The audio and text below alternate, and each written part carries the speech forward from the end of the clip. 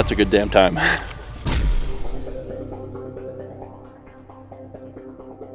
What's up, guys? Welcome back to the channel. My name is Jeff. I'm the owner of RDR Gear in Salt Lake City, Utah. And if you don't know what we do at RDR, let me share with you with a little bit about what we do and who we are. We're a soft goods manufacturer. We specialize in plate carriers, chest rigs, placards, med kits, a full line of belt, EDC belts, two-piece belts, as well as a full line of professional grade canine gear, and of course, our ever popular Safari and holster mods and holster wraps, as well as our TQ mounts and accessories to enhance the performance of your Safari duty holster.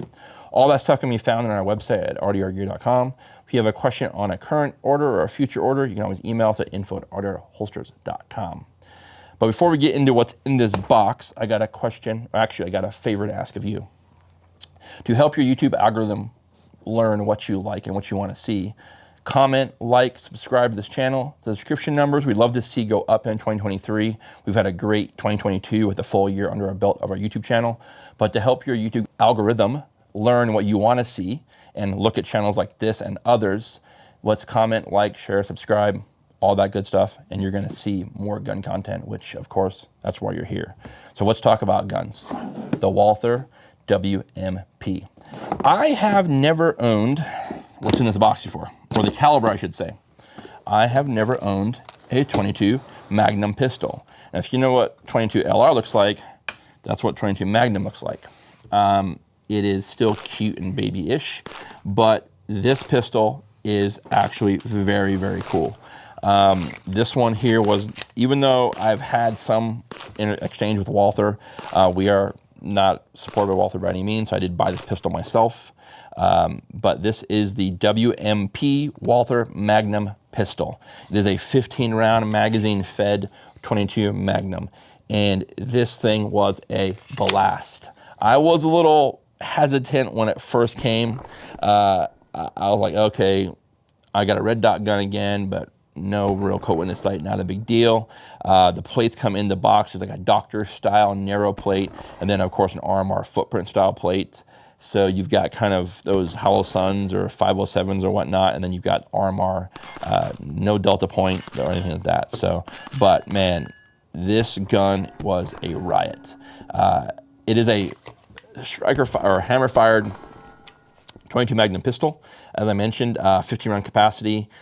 This is kind of their, it's not really ported per se. This is more lightning cuts, but fiber optic front sight, ambi side release, ambi mag release. The mag release on this gun actually has two mag releases for ambi both. You have a standard magazine thumb release, and you have a index release, like similar to an HK.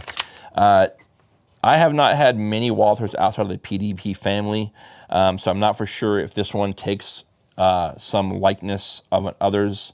I'm assuming it does, but man, this thing, the report on the 22 Magnum, the sucker's loud. But when you watch the video today and you see us shooting this gun, it's got zero recoil. It is, at first, when I first shot it, I had like, did I miss porting the barrel or something? And like, you know, to check it, no, it just, when you're shooting the gun from behind the pistol, it reminds you of shooting an AR. The report and the muzzle flash it's there, but you don't get this monster kick or muzzle rise.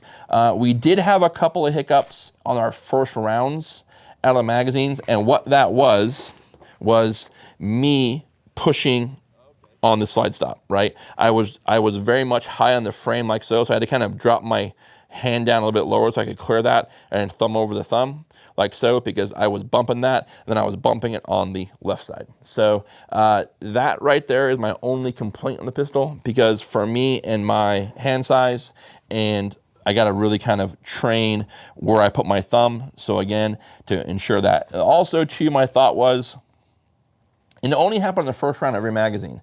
So I got to shoot this a little more. This was one of those guns where we got in, didn't really do much with it other than today. So the rounds you saw in the video were the first shots we fired to the pistol. I did do a little research online.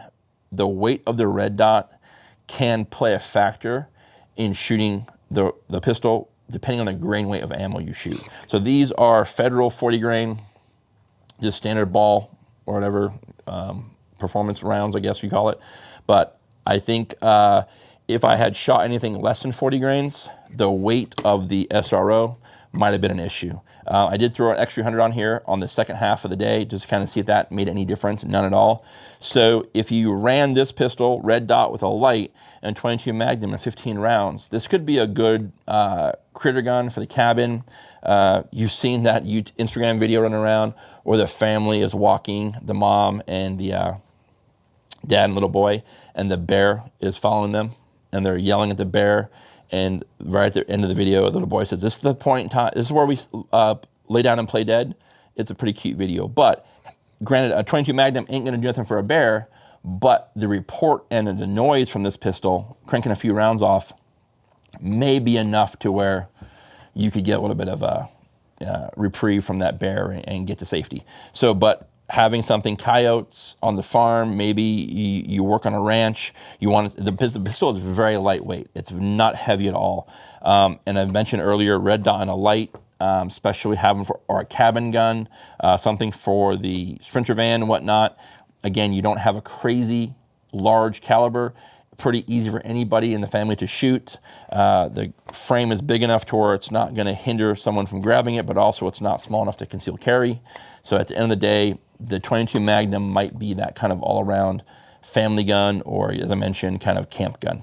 But I was very impressed. I was kind of hesitant at first, but then when I even had Crispy shoot it. We shot the plate rack a little bit. I really enjoy the pistol. I think it's something fun. Earlier this year, I had purchased a 10 mil M&P, put an SRO and a light on it. And that was going to be my younger brother's trailer gun, just to have something for out and about. He has 2 little girls, and all the stories, I get stressed when they go out because I've seen all these stories on social media with coyotes and cougars and whatnot. But 10 mil still got some juice to it, regardless. And he's not a bad shooter. But this might be something a little more family friendly. My sister-in-law can shoot as well. She has a concealed carry permit. She has been in the range before. But giving them something that, and to find some 22 Magnum ammo that might be a little bit juicier and a little spicier for the critters out there in the world. But this report is so damn loud that my goal would be hopefully that it's loud enough to where it would deter the 4-legged critter that was chasing them. And I promise that anybody's melon with 22 mag is going to get split no matter what. So I was very impressed. Walther, great job. I'm thoroughly pleased, and it was fun as hell to shoot. If you ever get a chance to shoot one, and you'll see today, when you're shooting this gun, the recoil or the muzzle blast and the report, it feels like you're shooting your AR. It's very reminiscent of that. So again, if you guys see the video today, you'll see a couple malfunctions and whatnot, but that was simply, I think, for hand placement, because once we fixed hands, we were good to go the rest of the magazine. We weren't having a bunch of malfunctions. So thank you guys for watching on that one there. As I mentioned earlier, like, share, comment. That's going to help your YouTube algorithm show you more RDR content. It'll help you see more gun content as a whole. Your YouTube algorithm needs a little bit of a nudge in the right direction to let you see what you want to see. And that's going to make us happy, you happy, and we'll be even happier if you subscribe to the channel. I'd love to see those subscriptions go up, because if we do that, maybe we do some Patreon stuff. We got some cool ideas for that, but we'll see that when it happens in the new year. Guys, thanks for watching. We've had an amazing past year. This is our first full year with the channel. We had an amazing growth and a lot of subscribers and supporters. Thank you for that. As always, we post 2 or 3 videos every week on Gear the Review, Gear the Manufacturer. Until next time, be well. Take care.